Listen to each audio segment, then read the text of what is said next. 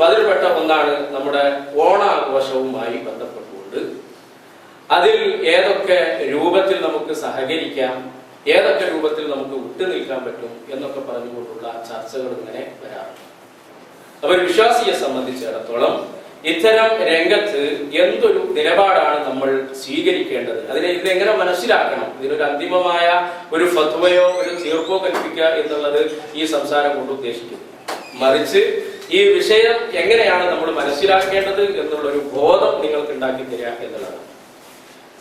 അപ്പോ 3 തരം നിലപാട് ഈ വിഷയത്തിൽ നമുക്ക് കാണാൻ കഴിയും.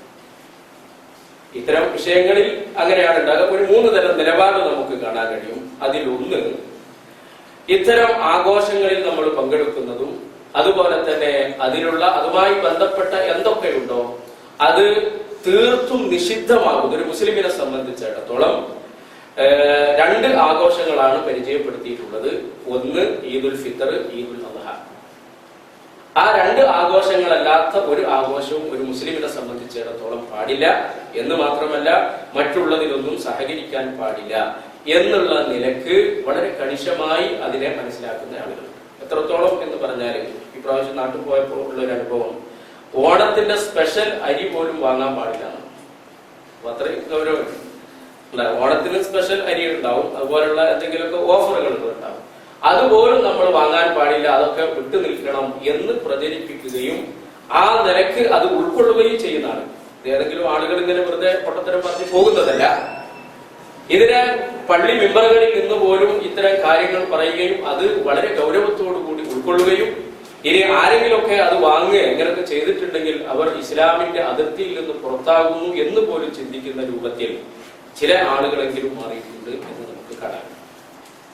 വിശുദ്ധ ഖുർആനിലെ പല ആയത്തുകളും റസൂലുള്ളാഹി സ്വല്ലല്ലാഹു അലൈഹി വസല്ലമയുടെ ഹദീസുകളുമാണ് ഇതിനവർക്ക് തെളിവ്. യാ അയ്യുഹല്ലദീന ആമനൂ, ഹേ സത്യവിശ്വാസികളെ, ലാ തത്തഖിദു അൽ യഹൂദ വൻ നസാറ ഔലിയാ. വിശുദ്ധ ഖുർആൻ പഠിപ്പിച്ചു തരുന്ന ഒരു സംഗതിയാണ്. ലാ തത്തഖിദു അൽ യഹൂദ വൻ നസാറ ഔലിയാ. യഹൂദികളെയും നസറാക്കളെയും നിങ്ങൾ മിത്രങ്ങളായി സ്വീകരിക്കാൻ പാടില്ല. ബഅദുഹും ഔലിയാ ബഅദിൻ, അവർ പരസ്പരം മിത്രങ്ങളാണ്, അതുകൊണ്ട് നിങ്ങളെ മിത്രങ്ങൾ അവരാകാൻ പാടില്ല. വമൻ യതവല്ലഹു മിൻകും ഫഇന്നഹു മിൻഹു, ഇനി ആരെങ്കിലും അവരെ മിത്രങ്ങളായി സ്വീകരിച്ചാൽ അവർ അവരുടെ കൂട്ടത്തിലാകുന്നു. ഇന്നല്ലാഹ ലാ യഹ്ദിൽ ഖൗമൽ ളാലിമീൻ, ളാലിമീങ്ങളായ ആളുകളെ അല്ലാഹു സുബ്ഹാനഹു വ തആല ഒരിക്കലും ഹിദായത്തിലാക്കുകയില്ല എന്ന്. അപ്പോ ഈ ആയത്ത് നേർക്ക് നേരെ നമ്മൾ വായിക്കുമ്പോൾ യഹൂദികളോടും അതുപോലെ തന്നെ ക്രിസ്ത്യാനികളെയും നിങ്ങൾ മിത്രങ്ങളാക്കാൻ പാടില്ല, മാത്രമല്ല അവർ പരസ്പരം മിത്രങ്ങളാകുന്നു, അവരുമായിട്ട് ആരെങ്കിലും ബന്ധം സ്ഥാപിച്ചിട്ടുണ്ടെങ്കിൽ അവർ അവരുടെ കൂടെയാകുന്നു, അങ്ങനെയുള്ള ആളുകൾക്ക് അല്ലാഹു ഹിദായത്ത് നൽകുകയില്ല എന്നാണ് ആ ആയത്ത് പഠിപ്പിച്ചത്. ആ ആയത്തിനെ നമ്മൾ മനസ്സിലാക്കേണ്ടത്, ഈ ആയത്ത് എന്നല്ല ഏതൊരു ആയത്തുകളെയും നമ്മൾ മനസ്സിലാക്കേണ്ടുന്നത് ആ ആയത്ത് ഇറങ്ങുന്ന സാഹചര്യത്തെയും ആ ആയത്തിന്റെ അപ്പുറവും ഇപ്പുറവുമുള്ള ഭാഗവും കൂട്ടിച്ചേർത്തുകൊണ്ടാണ്. ഏത് ആയത്തും അങ്ങനെയുള്ള മനസ്സിലാക്കി. ഒരു ആയത്തിനെ മാത്രം ഇപ്പോ നമ്മുടെ നാട്ടിലെ ഫാസിസ്റ്റുകളായ ആളുകൾ വിശുദ്ധ ഖുർആനിലെ പല ആയത്തുകളും എടുത്തുകൊണ്ടാണ് ഖുർആൻ നിരോധിക്കണം, അത് ആളുകൾക്കിടയിൽ അക്രമം ഉണ്ടാക്കുന്ന ആയത്തുകളും അതുപോലെ തന്നെ വചനങ്ങളുമാണ് അതിലുള്ളത് എന്ന് പറഞ്ഞുകൊണ്ട് ആയത്തുകൾ ഉദ്ധരിക്കാറുണ്ട്. അവിശ്വാസികളായ ആളുകളെ എവിടെ വെച്ച് കണ്ടാലും നിങ്ങൾ കൊല്ലണം എന്ന് പറയുന്ന ആയത്തുകളാണ് അവർ അതിന്റെ തെളിവായി ഉദ്ധരിക്കാറുള്ളത്. അങ്ങനെ ഒരു ആയത്ത് ഖുർആനിൽ ഉണ്ടോ എന്നുള്ള നിലക്ക് പരിശോധിക്കുമ്പോൾ അതുണ്ട്, ആയത്തുകളുണ്ട്. പക്ഷെ അത് ഏതൊരു സാഹചര്യത്തിൽ പറയുന്ന സംഗതിയാണ് എന്നുള്ളത് പരിശോധിക്കുമ്പോഴാണ് ആ ആയത്ത് അതിനു വേണ്ടിയിട്ടുള്ളതല്ല എന്ന് മനസ്സിലാക്കുക. ഫവൈലുൽ ലിൽ മുസല്ലീൻ എന്ന് മാത്രം ഒരാൾ പറയുമ്പോൾ നിസ്കാരക്കാർക്കാവുന്നു നാശം, അതിന്റെ അപ്പുറവും ഇപ്പുറവും വായിക്കാനാൽ ആ ഒരു വെറുതെ കഷ്ടപ്പെട്ട് എന്തിനു നിസ്കരിക്കണം എന്നുള്ള തോന്നലുകൾ ഉണ്ടാക്കാം വിവരമില്ലാത്ത ഏതെങ്കിലും ആളുകളിലെങ്കിലും. അപ്പൊ ആയത്തുകളെ നമ്മൾ മനസ്സിലാക്കേണ്ടുന്നത് അതിന്റെ അപ്പുറവും ഇപ്പുറവും അതുപോലെ തന്നെ ആയത്തിറങ്ങിയ സാഹചര്യത്തെയും വിലയിരുത്തിക്കൊണ്ടാകുന്നു എന്ന് മനസ്സിലാക്കി. ഇവിടെ തന്നെ ഇങ്ങനെയൊക്കെ ആയത്തുകൾ ഉണ്ടെങ്കിലും റസൂലുള്ളാഹി സ്വല്ലല്ലാഹു അലൈഹി വസല്ലമ യഹൂദികളുമായിട്ട് നസാറാക്കളുമായിട്ട് ഒരുപാട് ബന്ധങ്ങൾ ഉണ്ടാക്കിയിട്ടുണ്ട്. റസൂൽ മരിക്കുന്ന സമയത്ത് പോലും പ്രവാചകന്റെ പടയങ്കി ഒരു ജൂതന്റെ കയ്യിലായിരുന്നു എന്ന് അഭിമാനത്തോട് കൂടിയിട്ട് ഇത് വിശദീകരിക്കുന്ന ആളുകൾ തന്നെ പറയാറാണ്. റസൂലുള്ളാഹി സ്വല്ലല്ലാഹു ലാ തത്തഖിദുൽ യഹൂദ വൻ നസാറ ഔലിയാ, യഹൂദികളെയും നസാറാക്കളെയും നിങ്ങൾ മിത്രങ്ങളാക്കരുത് എന്ന് പറഞ്ഞപ്പോ എന്തുമാത്രം റസൂലിന് തന്റെ പടയങ്കി ഒരു ജൂതന്റെ അടുത്ത് കൊണ്ടുപോയി പണയം വെക്കേണ്ടതൊരു ആവശ്യമില്ല. പണയം വെക്കാതെ തന്നെ റസൂലിനെ സഹായിക്കാൻ ഇഷ്ടം പോലെ സഹാബത്തുള്ള ഇഷ്ടം പോലെ സമ്പന്നരായ ആളുകൾ ആ കാലഘട്ടത്തിലുണ്ട്. അപ്പൊ അവരോട് ചോദിച്ചാൽ തന്നെ പണയം വെക്കാതെ തന്നെ റസൂലിന് ആവശ്യമായത് നൽകാൻ സന്നദ്ധരായ സഹാബത്തുള്ള സന്ദർഭത്തിൽ ഒരു ജൂതന്റെ അടുത്ത് പോയി പണയം വെക്കേണ്ടുന്ന ആവശ്യം റസൂലിനെ സംബന്ധിച്ചിടത്തോളം ഇല്ല. അപ്പൊ ഈ ആയത്തിന് എതിരാണെങ്കിൽ റസൂൽ ഒരിക്കലും അത് ചെയ്യുകയില്ല. അപ്പൊ ഈ ആയത്ത് അത്തരം ഒരു സാഹചര്യത്തിൽ ഇറങ്ങിയതല്ല. ഇത്തരം ആയത്തുകളൊക്കെ നമ്മൾ പരിശോധിക്കുമ്പോൾ യുദ്ധരംഗവുമായി ബന്ധപ്പെട്ടുകൊണ്ട് അതുപോലെ തന്നെ വളരെ കണിശമായ നിലപാട് സ്വീകരിക്കേണ്ടുന്ന ചില സാഹചര്യവുമായി ബന്ധപ്പെട്ടുകൊണ്ട് ഇറങ്ങുന്നതാണ്. അപ്പൊ അത്തരം സാഹചര്യത്തിൽ അത് ഏത് കാലഘട്ടത്തിലും അങ്ങനെ തന്നെയാണ്. ഇപ്പോ മുസ്ലിങ്ങളല്ലാത്ത ആളുകളും വളരെ ഗുരുതരമായ എന്തെങ്കിലുമൊക്കെ പ്രശ്നങ്ങൾ നടക്കുന്ന ഒരു സാഹചര്യത്തിൽ നമ്മളുടെ മൈത്രി ബന്ധം ഉണ്ടാകേണ്ടത്, സ്നേഹബന്ധം ഉണ്ടാകേണ്ടുന്നത് അത്തരം സാഹചര്യത്തിൽ വിശ്വാസികളുമായിട്ടായിരിക്കണം എന്ന ധാരണയാണ് അവിടെ പഠിപ്പിച്ചത്. അതുപോലെ തന്നെ മറ്റൊരു ഹദീസ് മൻ തശബ്ബഹ ബിഖൗമിൻ ഫഹുവ മിൻഹും എന്നാണ്. ഒരു വിഭാഗം മറ്റൊരു വിഭാഗത്തോട് സാദൃശ്യമുള്ളതായി എന്ന് വിചാരിക്കും.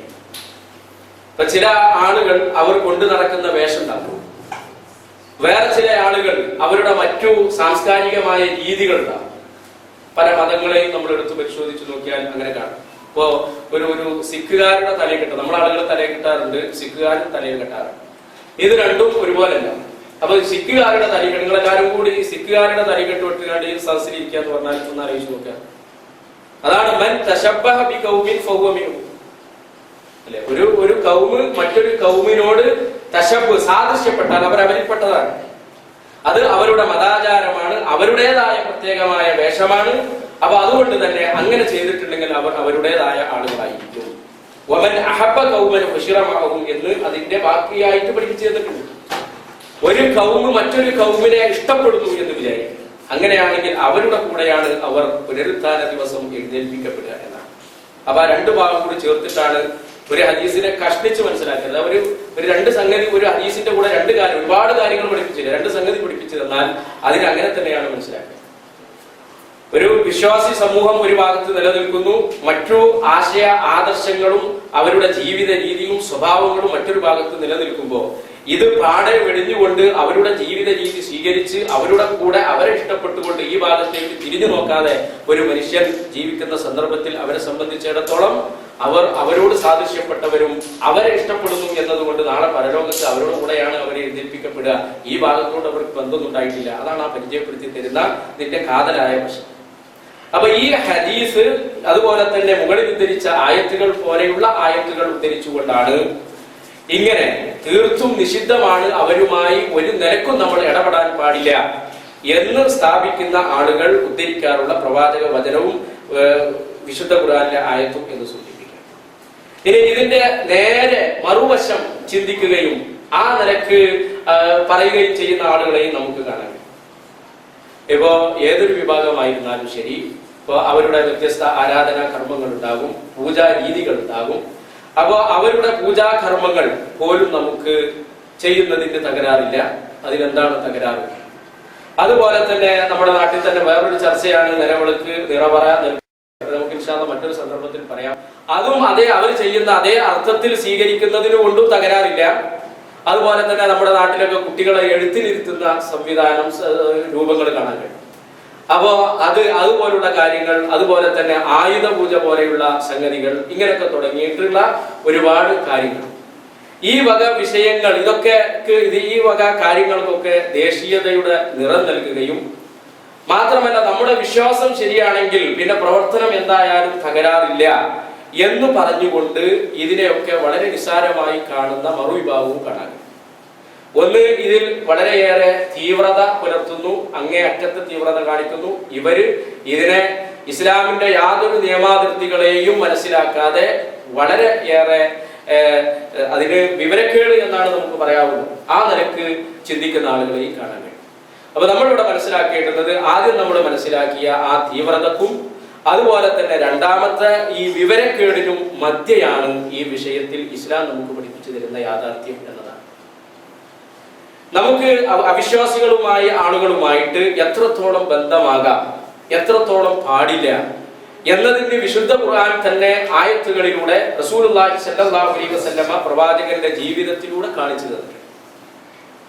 വിശുദ്ധ ഖുർആൻ അത് മനസ്സിലാക്കി തരാം. നേരത്തെ പ്രസ്താവിച്ചിട്ടുള്ള ആയത്തുകൾ, അതുപോലെ തന്നെ അതിന് തെളിവായി അവർ ഉദ്ദേശിക്കുന്ന ആയത്തുകൾ, അതിന്റെ അപ്പുറത്തും ഇപ്പുറത്തൊക്കെ ഈ കാര്യങ്ങൾ മനസ്സിലാക്കി തരുന്നു.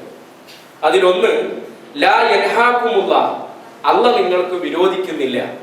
നേരത്തെ നമ്മൾ പറഞ്ഞല്ലോ ഈ ഹദീസിന്റെ തുടക്കത്തിൽ അല്ലാഹു സുബ്ഹാനഹു വ തആല നിർബന്ധമാക്കുന്ന ചില സംഗതികൾ, അള്ളാഹുവിന്റെ ചില നിയമാവൃത്തികൾ, അള്ളാഹ് നിഷിദ്ധമാക്കുന്ന ചില കാര്യങ്ങൾ, അള്ളാഹു മൗനം അവലംബിച്ചിട്ടുള്ള ചില കാര്യങ്ങൾ. അവ നിഷിദ്ധമാക്കുന്ന കാര്യങ്ങളെ സംബന്ധിച്ചും നിഷിദ്ധമല്ലാത്ത കാര്യങ്ങളെ സംബന്ധിച്ചും അള്ളാഹു മനസ്സിലാക്കി തരാണ്. ലാ യൻഹാകുമുല്ലാഹ്, അള്ളാഹു നിങ്ങളോട് വിരോധിക്കുന്നില്ല. അനില്ലദീന ലം യുഖാതിലൂകും ഫിദ്ദീനി വലം യുഖ്രിജൂകും മിൻ ദിയാരികും അൻ തബറൂഹും വതുഖ്സിതു ഇലൈഹിം. അതായത് നിങ്ങളോട് യുദ്ധം ചെയ്യാത്ത, നിങ്ങളുടെ വീടുകളിൽ നിന്ന് നിങ്ങളെ പുറത്താക്കാത്ത അങ്ങനെയുള്ള ആളുകളോട് ഒന്ന്, അൻ തബറൂഹും, അവർക്ക് നിങ്ങൾ പുണ്യം ചെയ്യുന്നത്, ബിർറ് ചെയ്യുന്നത്, വതുഖ്സിതു ഇലൈഹിം, നീതിപൂർവം അവരോട് പെരുമാറും. അപ്പൊ അങ്ങനെയുള്ള ആളുകൾ നമ്മളോട് യുദ്ധത്തിന് വരുന്നില്ല, അതുപോലെ തന്നെ നമ്മുടെ വീടുകളിൽ നിന്ന് നമ്മളെ പുറത്താക്കുന്നില്ല. ഇങ്ങനെയുള്ള ആളുകളോട് നന്മ ചെയ്യുന്നതും അവരോട് അവരോട് നീതിപൂർവ്വം നിങ്ങൾ പെരുമാറുന്നതും അള്ളാഹു നിങ്ങളോട് വിരോധിക്കുന്നില്ല. ഇന്നല്ലാഹ യുഹിബ്ബുൽ മുഖ്സിത്തീൻ, അള്ളാഹു മുഖ്സിത്തീങ്ങളെ ഇഷ്ടപ്പെടുന്നു, നീതി പാലിക്കുന്ന മനുഷ്യന്മാരെ അള്ളാഹു ഇഷ്ടപ്പെടുന്നു. എന്നിട്ടോ ഇനി ആരെയാണ്, എന്താണ് അള്ളാഹ് വിരോധിക്കുന്നത് അതും കൂടെ പഠിപ്പിച്ചു തരുന്നു. ഇന്നമാ യൻഹാകുമുല്ലാഹ്, അള്ളാഹ് നിങ്ങളോട് വിരോധിക്കുന്നത് എന്താണ്? അനില്ലദീന ഖാതലൂകും ഫിദ്ദീൻ വഅഖ്റജൂകും മിൻ ദിയാരികും, മതത്തിന്റെ വിഷയത്തിൽ നിങ്ങളോട് യുദ്ധം ചെയ്യുന്നു, നിങ്ങളുടെ വീടുകളിൽ നിന്ന് നിങ്ങളെ പുറത്താക്കുന്നു, അങ്ങനെയുള്ള ആളുകൾ വദോഹറു അലാ ഇഖ്റാജികും, ഇനി നിങ്ങളെ പുറത്താക്കുന്ന വിഷയത്തിൽ മറ്റുള്ളവരെ സഹായിക്കുന്നു, അങ്ങനെയുള്ള ആളുകളോട് അൻ തവല്ലൂഹും, അവരോട് നിങ്ങൾ മൈത്രി ബന്ധം സ്ഥാപിക്കുന്നതിനെയാണ് അള്ളാഹ് വിരോധിക്കുന്നത്. വമൻ യതവല്ലഹും ഫഉലൈക ഹുമുൽ ളാലിമൂൻ, ഇനി ആരെങ്കിലും അങ്ങനെയുള്ള ആളുകളുമായിട്ട് നമ്മളെ വീടുകളിൽ നിന്ന് പുറത്താക്കുന്ന, നമ്മളോട് യുദ്ധം ചെയ്യുന്ന, നമ്മളോട് യുദ്ധം ചെയ്യുന്നവരെ സഹായിക്കുന്ന ആളുകളോട് നമ്മൾ പിന്നെ മൈത്രി ബന്ധം പുലർത്തുന്നു എന്ന് വിചാരിക്കുക. അങ്ങനെയാണെങ്കിൽ ഫൗലൈക ഹുമുൽ ളാലിമൂൻ, അവരാണ് ളാലിമീങ്ങളായിട്ടുള്ള ആളുകൾ എന്ന് പരിചയപ്പെടുത്തി. ഈ ആയത്ത് മനസ്സിലാക്കി തരുന്ന സംഗതികൾ വളരെ ഗൗരവത്തോടു കൂടിയിട്ട് നമ്മൾ ഓർത്തിരിക്കേണ്ടുന്ന ഒന്നാണ്. അതായത് ലാ യൻഹാകുമുല്ലാഹു അനില്ലദീന ലം യുഖാതിലൂകും ഫിദ്ദീനി വലം യുഖ്രിജൂകും മിൻ ദിയാരികും അൻ തബറൂഹും എന്ന് പറഞ്ഞു. അങ്ങനെയുള്ള ആളുകളോട് നിങ്ങൾ പുണ്യം ചെയ്യുന്നത് അള്ളാഹ് നിങ്ങൾക്ക് വിലക്കുന്നില്ല. ആ ബിർറ് എന്നുള്ള പദം വിശുദ്ധ ഖുർആൻ പ്രയോഗിച്ചിട്ടുള്ളത്, ഹദീസുകൾ പ്രയോഗിച്ചിട്ടുള്ളത് നമ്മൾ മനസ്സിലാക്കി വെക്കണം. ഇപ്പൊ ബിർറുൽ വാലിദൈൻ എന്ന് നമ്മൾ കേട്ടു അല്ലെ? ബിർറുൽ വാലിദൈൻ, മാതാവിനോട് ചെയ്യേണ്ടുന്ന ഒരു സംഗതിയാണ് ബിർറ്. ഏറ്റവും കൂടുതൽ അള്ളാഹു കഴിഞ്ഞാൽ പിന്നീട് ഒരു മനുഷ്യനെ സംബന്ധിച്ചിടത്തോളം അവന് ചെയ്യാവുന്ന നന്മകൾ ഏറ്റവും കൂടുതലായി ചെയ്യേണ്ടുന്നത് മാതാവിനോടും പിതാവിനോടാണ്. ആ മാതാവിനോടും പിതാവിനോടും ചെയ്യേണ്ടുന്ന ബിർറ് എന്നുള്ള പദമാണ് ഇവിടെ പ്രയോഗിച്ചിട്ടുള്ളത്. അപ്പൊ ചില്ലറ കാര്യമില്ല, എന്തെങ്കിലുമൊക്കെ അല്ലറ ചില്ലറ കണ്ണിൽ പൊടിയിടുന്ന സംഗതികൾ ചെയ്യണം എന്നല്ല പറഞ്ഞത്. പിന്നെയോ അൻ തബറൂഹും, അവരോട് ബിർറ് ചെയ്യുന്നത് നിങ്ങളോട് വിരോധിച്ചിട്ടില്ല എന്നാണ്. നമുക്കറിയാലോ, അസ്മാ റളിയല്ലാഹു അൻഹു റസൂലിന്റെ അടുത്ത് വന്നുകൊണ്ട് ചോദിക്കുന്ന ഒരു സംഗതിയുണ്ട്. ഇന്ന ഉമ്മി ഖദിമത്ത് വഹിയ റായിബത്തുൽ ഫഅസിലു ഉമ്മി, എന്റെ ഉമ്മ എന്റെ അടുത്ത് വരാറുണ്ട്. അവർ മുസ്ലിം അല്ലായിരുന്നു, അതുകൊണ്ടാണ് ആ പ്രത്യേകമായ ഒരു ചോദ്യം. ഉമ്മ വരുമ്പോ ഉമ്മയുടെ ഉദ്ദേശം 2-3 ഉദ്ദേശമുണ്ട്. ഒന്ന്, എന്റെ അടുത്ത് വന്നാൽ എന്തെങ്കിലുമൊക്കെ ലഭിക്കും എന്നുള്ള നിലക്കാണ് വരും. അപ്പൊ അങ്ങനെ ആഗ്രഹിച്ചുകൊണ്ടാണ് എന്റെ ഉമ്മ എന്റെ അടുത്ത് വരാറുള്ളത്. അങ്ങനെ വരുന്ന സന്ദർഭത്തിൽ ഫഅസിലു ഉമ്മി, എന്റെ ഉമ്മയോടുള്ള എന്റെ ബന്ധം അതെങ്ങനെയായിരിക്കണം, ബന്ധം ചാർത്താൻ പറ്റുമോ റസൂലേ എന്നാണ് ചോദിക്കുന്നത്. അപ്പൊ ഖാല നഅം സിലി ഉമ്മക്, അതെ, നിന്റെ ഉമ്മയോടുള്ള ബന്ധം അത് മുറിച്ചു കളയാൻ പാടില്ല. അപ്പൊ ഉമ്മ അവിടെ മുസ്ലിം അല്ലാത്ത ഒരാളാണ്. അങ്ങനെയാണ് എന്നതുകൊണ്ട് ഉമ്മയുമായിട്ടുള്ള ബന്ധം മുറിച്ചു കളയരുത്. വിശുദ്ധ ഖുർആൻ തന്നെ ഓർമ്മപ്പെടുത്തുന്നത് നമുക്ക് കാണാൻ കഴിയും. വൈൻ ജാഹദാക അലാ തുശ്രിക ബിഹി മാ ലൈസ ലക ബിഹി ഇൽമുൻ ഫലാ തുതിഉഹുമാ, മാതാപിതാക്കളോട് ഏതുവരെ ബന്ധമാകാം എന്ന് പരിചയപ്പെടുത്തുമ്പോൾ കൂട്ടത്തിൽ മാതാവ് അല്ലെങ്കിൽ പിതാവോ മുസ്ലിങ്ങൾ അല്ലെങ്കിലോ അതുകൂടെ ആ ബന്ധത്തിന്റെ പരിധിയിൽ വരുന്നു എന്നതുകൊണ്ട് പ്രത്യേകമായി പറയുന്നു. ശിർക്ക് ചെയ്യാൻ വേണ്ടി അവർ നിന്നെ പ്രേരിപ്പിക്കുന്നുവെങ്കിൽ ഫലാ തുതിഉഹുമാ, അവരെ അനുസരിക്കാൻ പാടില്ല. പിന്നെയോ വസ്വാഹിബുഹുമാ ഫിദ്ദുനിയാ മഅറൂഫ, എന്നാൽ ദുനിയവിയായ വിഷയത്തിൽ മഅറൂഫ് ചെയ്യണം, നന്മ ചെയ്യണം നീ അവർക്ക് എന്ന് പരിചയപ്പെടുത്തി തരും. അപ്പൊ വിശുദ്ധ ഖുർആൻ അത് മനസ്സിലാക്കി തരുന്നുണ്ട്. റസൂലുള്ളാഹി സ്വല്ലല്ലാഹു അലൈഹി വസല്ലമയുടെ ജീവിതം എടുത്തു പരിശോധിച്ച് നോക്കിയാൽ ഈ വിഷയത്തിൽ പ്രവാചകരുടെ നിലപാടെന്തായിരുന്നു എന്നതും നമുക്ക് കാണാൻ കഴിയും. ഫഅൻ അനസ് റളിയല്ലാഹു അൻഹു ഖാൽ, അനസ് റളിയല്ലാഹു അൻഹു പറയാണ്, കാന ഉലാമുൻ യഹൂദിയുൻ യഖ്ദുമുൻ നബി സല്ലല്ലാഹു അലൈഹി വസല്ലം ഫമരിയ. നബി സല്ലല്ലാഹു അലൈഹി വസല്ലമക്ക് ഖിദ്മത്ത് ചെയ്തിരുന്ന യഹൂദിയായ ഒരു കുട്ടി ഉണ്ടായിരുന്നു. നേരത്തെ ഉള്ള ആയത്ത് നമ്മുടെ മനസ്സിലുണ്ടാകണം. അതായത് യഹൂദികളായ ആളുകളോട് ക്രിസ്ത്യാനികളായ ആളുകളോട് യാതൊരു മൈത്രി ബന്ധം ഉണ്ടാകാൻ പാടില്ല. ഇത് നമ്മൾക്ക് ഇതിന്റെ ഗൗരവം മനസ്സിലാക്കുക. ഇത്തരം വീക്ഷണവുമായി ബന്ധപ്പെട്ടുകൊണ്ട് ആ വീക്ഷണം തലയിൽ കയറിയിട്ടുള്ള ആളുകളുമായിട്ട് സംസാരിക്കുമ്പോഴാണ്. അപ്പൊ വളരെ ഗൗരവത്തോടു കൂടിയിട്ടാണ് അത്തരം ആളുകളുമായിട്ട് ഒരു നിലക്കുള്ള ബന്ധവും ഉണ്ടാകരുത് എന്ന് പ്രചരിപ്പിക്കുകയും അങ്ങനെ അത് വളരെ കണിശമായി പാലിച്ചു പോരുകയും ചെയ്യുന്നത്. റസൂലുള്ളാഹി സ്വല്ലല്ലാഹു അലൈഹി വസല്ലമയെ സംബന്ധിച്ച് ഇത് റസൂലിന്റെ മദീന കാലഘട്ടത്തിൽ അല്ലെങ്കിൽ മക്ക കാലഘട്ടത്തിൽ ഉണ്ടായതാണ് എന്നൊക്കെ പറഞ്ഞ് തള്ളാൻ പറ്റില്ല. കാരണം മദീന കാലഘട്ടത്തിലുള്ള സംഭവമാണ്. ഫഅൻ അനസ് റളിയല്ലാഹു അൻഹു കാന ഉലാമുൻ യഹൂദിയുൻ യഖ്ദുമുൻ നബി സല്ലല്ലാഹു അലൈഹി വസല്ലം, നബിക്ക് ഖിദ്മത്ത് ചെയ്തിരുന്ന ഒരു യഹൂദിയായ കുട്ടി ഉണ്ടായിരുന്നു. അങ്ങനെ ഫമരിദ, ആ കുട്ടി രോഗിയായി. ഫഅതാഹു നബി സല്ലല്ലാഹു അലൈഹി വസല്ലം യഊദുഹു, പ്രവാചകൻ ആ കുട്ടിയെ സന്ദർശിക്കാൻ വേണ്ടി അവിടെ പോയി. അങ്ങനെ ഫഖഅദ ഇൻദ റഅസിഹി ഫഖാല ലഹു, റസൂലുള്ളാഹി സ്വല്ലല്ലാഹു അലൈഹി വസല്ലം ആ കുട്ടിയുടെ അവിടെ തലഭാഗത്ത് ഇരുന്നു. എന്നിട്ട് റസൂലുള്ളാഹി സ്വല്ലല്ലാഹു അലൈഹി വസല്ലം പറഞ്ഞു, അസ്ലിം, നീ മുസ്ലിമാകുക. ഫനദറ ഇലാ അബീഹി വഹുവ ഇൻദഹു, ഈ സന്ദർഭത്തിൽ ഈ കുട്ടി തന്റെ തൊട്ടടുത്തുണ്ടായിരുന്ന പിതാവിനെ നോക്കി. ഫഖാല ലഹു, അപ്പോൾ പിതാവ് കുട്ടിയോട് പറഞ്ഞു, അതി അബാ അൽ ഖാസിം, അബുൽ ഖാസിമിനെ, നബി സല്ലല്ലാഹു അലൈഹി വസല്ലമയെ വിളിക്കുന്ന നബിയുടെ മകനാണ് ഖാസിം. അപ്പൊ അബുൽ ഖാസിം, അബുൽ ഖാസിമിനെ നീ അനുസരിക്കുക എന്ന് ആ പിതാവ് പറഞ്ഞു. അബുൽ ഖാസിം സല്ലല്ലാഹു അലൈഹി വസല്ലം, അത് നമ്മൾ അദ്ദേഹം പറഞ്ഞതല്ല, നമ്മൾ പറയും. ഫഅസ്ലമ, അങ്ങനെ ആ കുട്ടി റസൂലുള്ളാഹി സല്ലല്ലാഹു അലൈഹി വസല്ലം പറഞ്ഞത് കേട്ടു, വിശ്വാസിയായി.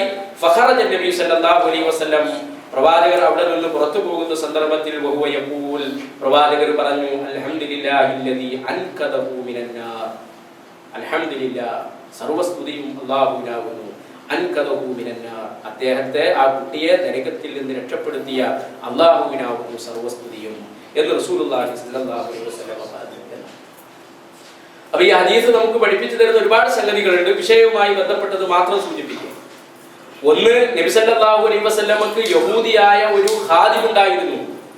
അപ്പൊ മൈത്രി ബന്ധം പുലർത്താൻ പാടില്ല, അവരുമായിട്ട് ഒരു ബന്ധം ഉണ്ടാകാൻ പാടില്ലെങ്കിൽ റസൂലുള്ളാഹി സ്വല്ലല്ലാഹു അലൈഹി വസല്ലമക്ക് ഖിദ്മത്ത് എടുക്കാൻ താല്പര്യമുള്ള, അതിനു വേണ്ടി ഒരുങ്ങി നിൽക്കുന്ന, അതിനു വേണ്ടി സദാ സന്നദ്ധരായി നിൽക്കുന്ന ഒരുപാട് മനുഷ്യന്മാരുള്ള ഒരു സമൂഹത്തിലാണ് നബി സല്ലല്ലാഹു അലൈഹി വസല്ലമ ആ കുട്ടിയെ അകറ്റി നിർത്തിയില്ല. അങ്ങനെ സന്നദ്ധ പ്രകടിപ്പിച്ച ഒരു കുട്ടിയെ അതിൽ നിന്ന് പ്രവാചകർ അകറ്റി നിർത്തുന്നില്ല.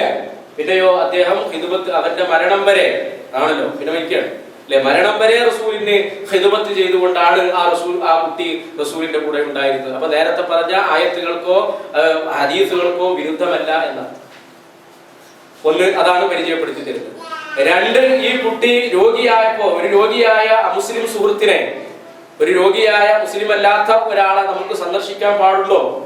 ഇത്തരം സാഹചര്യങ്ങളിൽ ആ ചർച്ചയ്ക്ക് തന്നെ പ്രസക്തിയില്ല. കാരണം വേറെ തന്നെ പാടില്ല എന്ന് പറഞ്ഞാൽ പിന്നെ രോഗിയായ സന്ദർശിക്കാൻ പാടുണ്ടോ എന്ന് പോലും ചിന്തിക്കുക. അവരോട് യാതൊരു മൈത്രി ബന്ധവും പാടില്ല എന്ന് ചിന്തിക്കുന്ന സന്ദർഭത്തിൽ പിന്നെ അവർ രോഗിയായി കഴിഞ്ഞാൽ എങ്ങനെയെങ്കിലും വേണ്ട, അങ്ങനെയാണല്ലോ അല്ലെ, അവിടെ സലാമത്തായി പോകണമെന്നല്ല, എന്നാൽ അത്രയും ശല്യം ഒഴിവായി കിട്ടി എന്നുള്ള ചിന്തയാണ് വേണ്ടത് എന്നാണ് പ്രചരിപ്പിക്കേണ്ടത്. എന്നാൽ റസൂലുള്ളാഹി സ്വല്ലല്ലാഹു അലൈഹി വസല്ലം ചെയ്തത് ആ കുട്ടിയെ സന്ദർശിക്കുക. അപ്പോ അങ്ങനെ സന്ദർശിക്കുന്നതിന്റെ തകരാറില്ല. പിന്നെയോ അദ്ദേഹത്തിനോട് മുസ്ലിമാകാൻ പിന്നെ നമ്മുടെ ബാധ്യതയാണ്. വെറുതെ ലോക്യം പറഞ്ഞ് അതുപോലെ തന്നെ മുൻപുള്ള വാക്കുകൾ പറഞ്ഞ് പോലെ തന്നെ വേണ്ടത്, അവരെന്ത് വിചാരിക്കും എന്നുള്ളത് ശ്രദ്ധിക്കേണ്ടതില്ല. അവിടെ അദ്ദേഹത്തോട് മുസ്ലിമാകാൻ പറഞ്ഞു, അദ്ദേഹം അത് സ്വീകരിച്ചു. അപ്പോ ഇത് നമുക്ക് പരിചയപ്പെടുത്തി തരുന്ന സംഗതി, അവരുമായിട്ടുള്ള ബന്ധം ഏതുവരെ ആകാം എന്നുള്ളത് പരിചയപ്പെടുത്തി തരും. ഇനി മറ്റൊന്നും കൂടെ ശ്രദ്ധിക്കുക. ഇന്ന നബിയ സല്ലല്ലാഹു അലൈഹി വസല്ലം മറത്ത് ബി ജനാസ, ഒരു ജനാസ കൊണ്ടുപോകുന്ന സന്ദർഭത്തിൽ റസൂൽ നിൽക്കുന്ന സന്ദർഭത്തിൽ റസൂലും സഹാബത്തും കൂടെ ഇരുന്ന് സംസാരിക്കുന്ന ഒരു സദസ്സിന്റെ അരികിൽ കൂടെ ഒരു ജനാസ കൊണ്ടുപോയി. ഫഖാമ, അപ്പോൾ നബി സല്ലല്ലാഹു അലൈഹി വസല്ലം എഴുന്നേൽക്കുന്നു. അപ്പൊ പ്രവാചകർക്ക് എന്തോ തെറ്റുപറ്റി എന്നുള്ള നിലക്ക് കൂടെ ഉണ്ടായിരുന്ന സഹാബത്ത് തിരുത്തുകയാണ്. ഫഖീല ലഹു ഇന്നഹാ ജിനാസത്തുൻ യഹൂദിയുൻ, റസൂലെ അത് എഴുന്നേറ്റ് നിൽക്കേണ്ടുന്ന ആവശ്യമില്ല, ഒരു യഹൂദിയുടെ ജനാസയാകുന്നു എന്ന് പറഞ്ഞു. ഈ സന്ദർഭത്തിൽ ഫഖാല അലൈസത്ത് നഫ്സൻ എന്നാണ് റസൂൽ ചോദിച്ചത്. അലൈസത്ത് നഫ്സൻ, അതൊരു മനുഷ്യനല്ലേ? നഫ്സ് എന്ന് പറഞ്ഞ പദപ്രയോഗം അതൊരു മനുഷ്യനല്ലേ എന്നാണ് റസൂലുള്ളാഹി സ്വല്ലല്ലാഹു അലൈഹി വസല്ലം ചോദിച്ചത്. അവർ യഹൂദിയുടെ ജനാസയാണെങ്കിലും എഴുന്നേറ്റ് നിന്ന് അതിന്റെ മാതൃക കാണിച്ചു. ജനാസ എന്ന് പറയുമ്പോൾ അവിടെ യഹൂദിയാണോ അല്ലെങ്കിൽ അത് മുസ്ലിം അല്ലാത്തതാണോ എന്നുള്ള ആ ഒരു വൈകാരികമായ ചിന്തയോ ഇതല്ല യഥാർത്ഥത്തിൽ ഉണ്ടാകേണ്ടത്. അതൊരു മനുഷ്യൻ എന്നുള്ള പരിഗണനയാണ് നമ്മൾ കൊടുക്കേണ്ടത്. അപ്പോൾ ഇത് അവരുമായി എത്രത്തോളം നമ്മുടെ ബന്ധമാകാം എന്ന് പരിചയപ്പെടുത്തി തരുന്ന പ്രവാചക വചനങ്ങളാണ്. നമ്മൾ ബുഖാരി അതുപോലെയുള്ള ഹദീസ് ഗ്രന്ഥങ്ങൾ എടുത്ത് പരിശോധിച്ച് നോക്കിയാൽ ബുഖാരി ഫീ സഹീഹി ബാബു ഖുബൂലിൽ ഹദിയ്യത്തി മിനൽ മുശ്രിക്കീൻ, ഹദീസ് ഗ്രന്ഥങ്ങളിലെ പ്രധാനപ്പെട്ട ഹദീസ് ഗ്രന്ഥം ബുഖാരി നമ്മൾ എടുത്ത് പരിശോധിച്ച് നോക്കിയാൽ അതിലൊരു ബാബ് തന്നെ കാണാൻ കഴിയും. ബാബു ഖുബൂലിൽ ഹദിയ മിനൽ മുശ്രിക്കീൻ, മുശ്രിക്കുകളിൽ നിന്ന് ഹദിയ സ്വീകരിക്കുന്നതുമായി ബന്ധപ്പെട്ട അധ്യായം. ഖുർആൻ എന്ന് പറയുന്ന ഒരു സൂറത്താണ്. ഇത് പറയുമ്പോൾ ഒരു ബാബു, ആ ബാബിന്റെ പേര് തന്നെ എന്താണ്?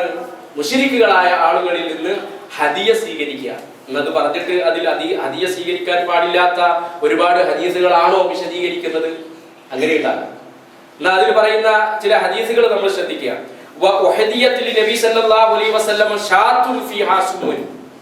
നമ്മൾ ചരിത്രത്തിൽ വായിച്ചിട്ടുള്ള ഒരു ചരിത്രം അവിടെ കൊടുക്കുകയാണ്. നബി സല്ലല്ലാഹു അലൈഹി വസല്ലമയെ ഒരു ജൂത സ്ത്രീ ഭക്ഷണം കഴിക്കാൻ വേണ്ടി ക്ഷണിച്ചു. എന്നിട്ട് നബി സല്ലല്ലാഹു അലൈഹി വസല്ലമ ഭക്ഷണം കഴിക്കാൻ വേണ്ടി പോയി. എന്നിട്ട് അവർ അതിൽ ആ ഭക്ഷണത്തിൽ വിഷം ചേർത്തിട്ടാണ് കൊടുത്തിരുന്നത് എന്നുള്ള ഹദീസ് നമ്മൾ കേട്ടിട്ടുണ്ടാവും. അപ്പോ ഒരു ജൂത സ്ത്രീ ഭക്ഷണം കഴിക്കാൻ വേണ്ടി ക്ഷണിച്ചപ്പോ, ഇതൊക്കെ മദീനയിൽ നിന്നാണ് എന്നുള്ളത് ഓർത്തിരിക്കുക. അപ്പൊ ക്ഷണിച്ചപ്പോ യഥാർത്ഥത്തിൽ ഒരു ജൂത സ്ത്രീയുടെ ഭക്ഷണം കഴിക്കാൻ പാടില്ല എന്ന് പറഞ്ഞ് അതിനെ നിരസിക്കുകയാണ് യഥാർത്ഥത്തിൽ വേണ്ടി. പക്ഷേ റസൂലുള്ളാഹി സ്വല്ലല്ലാഹു അലൈഹി വസല്ലമ ഭക്ഷണം കഴിക്കാൻ വേണ്ടി പോവുക ചെയ്തു. മാത്രമല്ല നബിയെ കൊല്ലാൻ വേണ്ടിയിട്ടാണ് യഥാർത്ഥത്തിൽ ക്ഷണിക്കുന്നത്. നബിയെ കൊല്ലാൻ വേണ്ടിയിട്ടാണ്. പക്ഷെ അത് റസൂൽ അറിയാത്തത് കൊണ്ട് തന്നെ പ്രവാചകൻ പോയി കഴിച്ചു. പക്ഷേ കഴിച്ചതിന് ശേഷം അല്ലാഹു സുബ്ഹാനഹു വ തആല ആ വിഷം തടഞ്ഞു നിർത്തി. റസൂലിന്റെ കൂടെ പോയിരുന്ന ഒരു സഹാബി ഈ വിഷമേറ്റ് മരിക്കുകയും ചെയ്തു. ചരിത്രം നിങ്ങൾക്കറിയാവുന്ന. അപ്പൊ ഇവിടെ നമ്മുടെ വിഷയവുമായി ബന്ധപ്പെട്ടത് അങ്ങനെ ഹദിയ നൽകിയാൽ, ഭക്ഷണം നൽകിയാൽ അവർ കഴിക്കാം എന്നുള്ളത് പരിചയപ്പെടുത്തി. മാത്രമല്ല وقال ابو حميد احدى ملك ايلا للنبي صلى الله عليه وسلم بغلة بيضاء وكساه بردا وكتب له ببحرهم എന്ന് പരിചയപ്പെടുത്തിയിരുന്നു. അതായത് നബി സല്ലല്ലാഹു അലൈഹി വസല്ലമക്ക് ഐലയിലെ രാജാവ്, അവർ പ്രവാചകന് പല ഹദിയകളും നൽകാറുണ്ടായിരുന്നു. വസ്ത്രം നൽകാറുണ്ടായിരുന്നു, ചിലപ്പോ വാഹനമായിട്ട് മൃഗങ്ങളെ പോലെയുള്ളത് നൽകാറുണ്ടായിരുന്നു. റസൂലുള്ളാഹി സ്വല്ലല്ലാഹു അലൈഹി വസല്ലം അത് വാങ്ങുകയും വകസാഹു ബുർദൻ, ആ ബുർദ റസൂലുള്ളാഹി ധരിക്കാറുണ്ടായിരുന്നു. വകതബ ലഹു ബിബഹരിഹിം, അവരുടെ ഭാഷയിൽ അവരുടേതായ സംഗതികൾ അത് രേഖപ്പെടുത്തിയിട്ടുണ്ട്. അങ്ങനെയുള്ള സംഗതികൾ റസൂലുള്ളാഹി സ്വല്ലല്ലാഹു അലൈഹി വസല്ലമ സ്വീകരിക്കുകയും ധരിക്കുകയും ചെയ്യാറുണ്ടായിരുന്നു എന്ന് പരിചയപ്പെടുത്തി തരുന്നത് നമുക്ക് കാണാം. ഇനി ഇത് അല്ലാതെ തന്നെ മുഖൗഖിസ് രാജാവ് പോലെയുള്ള ക്രിസ്ത്യാനികളായ രാജാക്കന്മാർ റസൂലുള്ളാഹി സ്വല്ലല്ലാഹു അലൈഹി വസല്ലമക്ക് ഹദിയ കൊണ്ടുപോയി കൊടുക്കുകയും ആ ഹദിയ റസൂലുള്ളാഹി സ്വല്ലല്ലാഹു അലൈഹി വസല്ലമ സ്വീകരിക്കുകയും ചെയ്യാറുണ്ടായിരുന്നു എന്നുള്ളത് നമുക്ക് ചരിത്രത്തിൽ കാണാം. അപ്പൊ ഇവിടെ മനസ്സിലാക്കാവുന്നത്, ഇവിടെ പരിചയപ്പെടുത്തി തരുന്ന ഭാഗം, അവരുടെ ഭക്ഷണം കഴിക്കുന്നതിന്, ഹദിയ സ്വീകരിക്കുന്നതിന് ഇസ്ലാമിൽ യാതൊരു വിലക്കുമില്ല എന്ന് പരിചയപ്പെടുത്തുന്നു. പക്ഷേ എന്നാലും അവരുടെ ആഘോഷവും ഇതിലേക്ക് വന്നിട്ടില്ല. അതുപോലെ തന്നെ വേറെ ചില സംഗതികൾ വന്നിട്ടില്ല. അതുമായി ബന്ധപ്പെട്ടത് കൂടെ മനസ്സിലാക്കി. ഇനിയിപ്പോ അവരുടെ ഭക്ഷണം കഴിക്കാം എന്ന് പറഞ്ഞപ്പോ അവരെന്തെങ്കിലും സൽക്കാരത്തിന് വിളിച്ചിരുന്ന കാര്യമാണ് ഇപ്പോൾ അവിടെ പറഞ്ഞിട്ടുള്ളത്. അവരുടെ ആരാധനയുമായി ബന്ധപ്പെട്ടതോ അതുപോലെ തന്നെ മറ്റുള്ളതോ അവിടെ വന്നിട്ടില്ല. അങ്ങനെയുള്ളത് കൂടെ നമുക്ക് ഹദീസുകളിൽ കാണാൻ കഴിയും. സഅലത് ഇംറഅതു ആയിഷത റളിയല്ലാഹു അൻഹാ ഖാലത്, ഒരു സ്ത്രീ വന്നിട്ട് ആയിഷ ബീവിയോട് ചോദിച്ചു, ഇന്നലനാ അത്യാറം മിനൽ മജൂസ്, മജൂസുകളിൽപ്പെട്ട, മജൂസി എന്ന് പറഞ്ഞാൽ അഗ്നി ആരാധകരാണ്, അഗ്നി ആരാധകരിൽപ്പെട്ട ചില അത്യാറുകൾ, തോഴിമാരെ ഞങ്ങൾക്ക് ഉണ്ടായിരുന്നു. ഞങ്ങളുടെ വീടുകളിൽ പണിയെടുക്കുന്നതും അല്ലാത്തതുമായ ആളുകളുണ്ട്. വ ഇന്നഹു യകൂനു ലഹുമുൽ ഈദ്, അവരുടെ ആഘോഷവേളകളിൽ ഫയഹദൂന ലനാ, ഞങ്ങൾക്ക് അവർ ഹദിയ നൽകാറുണ്ട്. അപ്പൊ അവരുടെ ആഘോഷവേളകളിൽ ഞങ്ങൾക്ക് അവർ ഹദിയ നൽകാറുണ്ട്. ഇത്തരം ഒരു സന്ദർഭത്തിൽ ഞങ്ങൾ എന്തൊരു നിലപാട് സ്വീകരിക്കണം? അപ്പോ അവർ കൊടുക്കുന്ന മറുപടി ഫഖാലത്, ആയിഷ ബീവി മറുപടി കൊടുക്കുകയാണ്, അമ്മാ മാ ദുബിഹ ലിദാലിക യൗം ഫലാ തഅകുലു. അതായത് അവർ ഒരു മൃഗത്തെ അറുത്തതാണെങ്കിൽ, ആ ഒരു വേളയിൽ അവർ മൃഗത്തെ അറുത്തതാണെങ്കിൽ ഫലാ തഅകുലു, നിങ്ങൾ അത് തിന്നാൻ പാടില്ല. വലാകിൻ ഖൂലു മിൻ അഷ്ജാരി, എന്നാൽ അഷ്ജാറുകളിൽ നിന്നതാണെങ്കിൽ എന്ന് പറഞ്ഞാൽ വെജിറ്റബിൾ ആണ് എന്നുണ്ടെങ്കിൽ, ഓണം പോലെയുള്ളതിനൊക്കെ പിന്നെ വെജിറ്റബിൾ ഉണ്ടാവുള്ളൂ, പക്ഷെ ഉണ്ടാവില്ല. അപ്പോ വെജിറ്റബിൾ ആയിട്ടുള്ളതാണെന്നുണ്ടെങ്കിൽ നിങ്ങൾ തിന്നോളൂ, അതല്ലാതെ അറുത്തതാണ് എന്നുണ്ടെങ്കിൽ അറിയില്ല. ചിലത് തലക്കടിച്ചിട്ട് പോലെ അറിയാം, ജൂതന്മാരും ഇവരൊക്കെ കൊല്ലുന്ന രീതി നമുക്കറിയാവുന്നതാണ്. അപ്പൊ അതുകൊണ്ട് തന്നെ അവർ ആ ഭക്ഷണം നിങ്ങൾ തിന്നണ്ട, എന്നാൽ നബാത്തിയായിട്ടുള്ളതാണ് എന്നുണ്ടെങ്കിൽ നിങ്ങൾക്ക് കഴിക്കുന്നതിന് വിരോധമില്ല എന്ന് ആയിഷ ബീവി പറയുന്നത് നമുക്ക് കാണാം. വൻ അബീ ബർസ റളിയല്ലാഹു അൻഹു അന്നഹു കാന ലഹു സുക്കാനുൻ മജൂസ് ഫകാനു യഹ്ദൂന ലഹു ഫിൻ നൈറൂസ് വൽ മഹർജാൻ, അവരുടെ ആഘോഷവേളകളിൽ അവർക്ക് ഹദിയ നൽകാറുണ്ടായിരുന്നു. ഫകാന യഖൂലു ലി അഹ്ലിഹി, അദ്ദേഹത്തിന്റെ അഹ്ലുകാരോട് പറയും, മാ കാന മിൻ ഫാകിഹത്തിൻ ഫകുലൂഹു, അവർ നൽകുന്ന ഫ്രൂട്ട്സുകൾ അതുപോലെ തന്നെ വെജിറ്റബിളുകൾ അത് നിങ്ങൾക്ക് തിന്നാം. വമാ കാന മിൻ ഗൈരി ദാലിക, അതല്ലാത്തത് ഫറുദ്ദൂഹു, നിങ്ങൾ സ്വീകരിക്കേണ്ടതില്ല എന്ന് പരിചയപ്പെടുത്തി കൊടുക്കുന്നത് കാണാം. അപ്പൊ ഈ ഒരു വിഷയത്തിൽ നമ്മളെ സംബന്ധിച്ചിടത്തോളം നമുക്ക് സ്വീകരിക്കാവുന്നതും സ്വീകരിക്കാൻ പാടില്ലാത്തതുമായ കാര്യങ്ങൾ വളരെ വ്യക്തമായി മനസ്സിലാക്കി തരുന്ന ഭാഗങ്ങൾ കാണാം. അപ്പോ അവരുടെ ആരാധനയുടെ ഭാഗമായി അതുപോലെ തന്നെ പൂജയുടെ ഭാഗമായി ഒക്കെ ഉണ്ടാകുന്ന സംഗതികളാണെങ്കിൽ അതിൽ നിന്ന് നമ്മൾ മാറി നിൽക്കുകയും ഒരു സന്തോഷം എന്നുള്ള നിലയ്ക്ക് ഒരു സദ്യ അതുപോലെ തന്നെ മറ്റുള്ള കാര്യങ്ങൾക്ക് വേണ്ടിയിട്ടാണ് നമ്മളെ ക്ഷണിക്കുന്നതെങ്കിൽ അത് വിരോധമില്ല എന്ന് മനസ്സിലാക്കി തരികയും ചെയ്യാണ് ചെയ്യുന്നത്. അതോടൊപ്പം തന്നെ നമ്മൾ മനസ്സിലാക്കി തരുന്ന ഒരു സംഗതി, ഇത് ഒരു മറ്റുള്ള ആളുകളുടെ ആഘോഷം നമ്മളുടെ ആഘോഷമായി സ്വീകരിച്ചുകൊണ്ട് അങ്ങനെയുള്ള ഒരു രൂപം ഇപ്പൊ നമ്മുടെ നാടുകളിലൊക്കെ കാണുന്ന ഒരു രൂപം അതാണ് അല്ലെ. അങ്ങനെ പ്രത്യേകിച്ച് മതം എന്നൊന്നുമില്ല, നമ്മളും അത് അവരെക്കാൾ ഭംഗിയായിട്ട് രാജാവിനേക്കാൾ വലിയ രാജഭക്തി എന്നുള്ള നിലക്ക് പലപ്പോഴും സ്വീകരിക്കുന്ന ഒരു രൂപം നമുക്ക് കാണാം. അത് നമ്മളെ സംബന്ധിച്ചിടത്തോളം പാടില്ലാത്തതാണ്.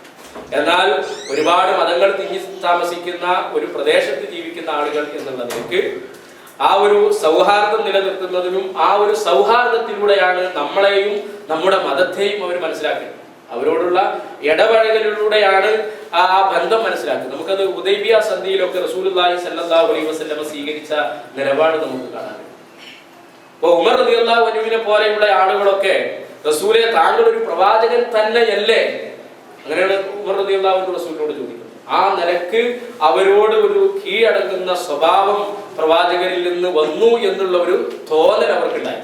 അതുകൊണ്ടാണ് അങ്ങനെ ചോദിച്ചത്, പ്രവാചകരെ നിങ്ങൾ അള്ളാന്റെ ദൂതര് തന്നെയല്ലേ? കാരണം എന്താ, അവർ പറയുന്നതെല്ലാം അംഗീകരിച്ച് കൊടുത്തു. എല്ലാം അംഗീകരിച്ചു കൊടുത്തിട്ട് വളരെ പരിമിതമായ ഒന്നോ രണ്ടോ കാര്യങ്ങൾ മാത്രമേ റസൂലുള്ളാഹി സ്വല്ലല്ലാഹു അലൈഹി വസല്ലമക്ക് അവിടെ സ്വീകരിക്കാൻ പറ്റിയതായിട്ടുള്ളൂ. ബാക്കിയുള്ളതൊക്കെ എത്രത്തോളം ആദ്യം തന്നെ ബിസ്മില്ലാഹിർ റഹ്മാനിർ റഹീം എന്ന് പറഞ്ഞു അള്ളാന്റെ നാമത്തിൽ എഴുതി ഒരു കരാർ എഴുതുമ്പോൾ അങ്ങനെയാണല്ലോ എഴുതുക. പക്ഷേ അവിടെ തന്നെ കൈവച്ചു അവർ പറ്റൂല. അല്ലാഹു ബിസ്മില്ലാഹിർ റഹ്മാൻ പരമകാരുണ്യ കരുണാനിധിയാണെന്നുണ്ടെങ്കിൽ മുഹമ്മദ് നമ്മൾ തമ്മിൽ എന്തെങ്കിലും ഒരു കരാറിന്റെ ആവശ്യം, അതിനൊരു കരാറിന്റെ ആവശ്യമില്ല. അതുകൊണ്ട് ഞങ്ങളത് അംഗീകരിക്കൂല. എന്നാ പിന്നെ എന്തെഴുതണം? ബിസ്മില്ല. ഓക്കെ, റസൂൽ അംഗീകരിച്ചു, ബിസ്മില്ല എന്ന് എഴുതിക്കോളും, അംഗീകരിച്ചു. അപ്പൊ നമുക്ക് അംഗീകരിക്കാവുന്ന ഭാഗമുണ്ട്. അത് തന്നെ ആ ബിസ്മില്ല എന്നുള്ളതിന് പകരം ബിസ്മില്ലാത്ത അവസ്ഥയാണെങ്കിൽ റസൂൽ അംഗീകരിക്കൂല. അതാണ് ഇവിടെ മനസ്സിലാക്കി. എല്ലാം അംഗീകരിച്ചു അല്ല, അംഗീകരിക്കാവുന്നിടത്തോളം അംഗീകരിച്ചു കൊടുക്കാണ്. ബിസ്മില്ല എന്ന് പറയുന്നതിന് അവർക്കും തകരാറില്ല, നമുക്കും തകരാറില്ല. അള്ളാഹുവിന്റെ നാമത്തിൽ അവർ അള്ളാഹുവിനെ അംഗീകരിച്ചില്ല. അതുകൊണ്ട് തന്നെ അവർക്ക് അത് അംഗീകരിക്കാം, റസൂലിനും അംഗീകരിക്കാം. റസൂൽ അത് അംഗീകരിച്ചു. പിന്നീട് രണ്ടാമത് അള്ളാഹുവിന്റെ ദൂതൻ മുഹമ്മദും ഖുറൈശികളും തമ്മിൽ നടത്തുന്ന കരാർ, അവിടെയും അവർ കൈവച്ചു. തങ്ങൾ അള്ളാഹുവിന്റെ ദൂതനാണ് എന്നുണ്ടെന്നുണ്ടെങ്കിൽ നമ്മൾ തമ്മിലുള്ള പ്രശ്നം തന്നെ എന്താ? നിന്നെ അംഗീകരിക്കാത്തതാണ്. അള്ളാഹുവിന്റെ ദൂതനാണ് എന്ന് ഞങ്ങൾ അംഗീകരിക്കുന്നില്ല. അപ്പോ എന്നാ വാചകം അവരെന്നെ പഠിപ്പിച്ചു കൊടുത്തു, അബ്ദുള്ളയുടെ മകൻ മുഹമ്മദ്. കുഴപ്പമില്ല, നമുക്ക് അംഗീകരിക്കാവുന്നതാണ്. ആ നിലക്ക് അംഗീകരിക്കാവുന്ന മദീനയിൽ നിന്ന് ആരെങ്കിലും അവരുടെ മതം സ്വീകരിച്ചുകൊണ്ട് മക്കയിലേക്ക് വരികയാണെങ്കിൽ ഞങ്ങൾ അവിടെ പിടിച്ചു മദീനത്തിൽ പറഞ്ഞേക്കില്ല. എന്നാൽ മക്കയിൽ നിന്ന് ആരെങ്കിലും മുസ്ലിമായിട്ട് ഇങ്ങോട്ട് വരികയാണ് എന്നുണ്ടെന്നുണ്ടെങ്കിൽ ഞങ്ങൾക്ക് തിരിച്ചയക്കണം. കരാർ ആലോചിക്കാം അല്ലെ? മക്കയിൽ നിന്ന് ആരെങ്കിലും മുസ്ലിം ആയിക്കൊണ്ട് മദീനയിലേക്ക് വരികയാണെങ്കിൽ മുഹമ്മദ് എന്ത് ചെയ്യണം? ഇങ്ങോട്ട് തിരിച്ചു പറഞ്ഞയക്കണം. എന്നാൽ നേരെ അങ്ങനെ ഒരു കരാറ് വരുമ്പോൾ നേരെ തിരിച്ചാണ്. ഇവിടെ ആരെങ്കിലും വരികയാണെങ്കിൽ അങ്ങോട്ടും പറഞ്ഞേക്കണം, അതാണല്ലോ ന്യായം. പക്ഷേ അവരുടെ വാചകം എന്താ?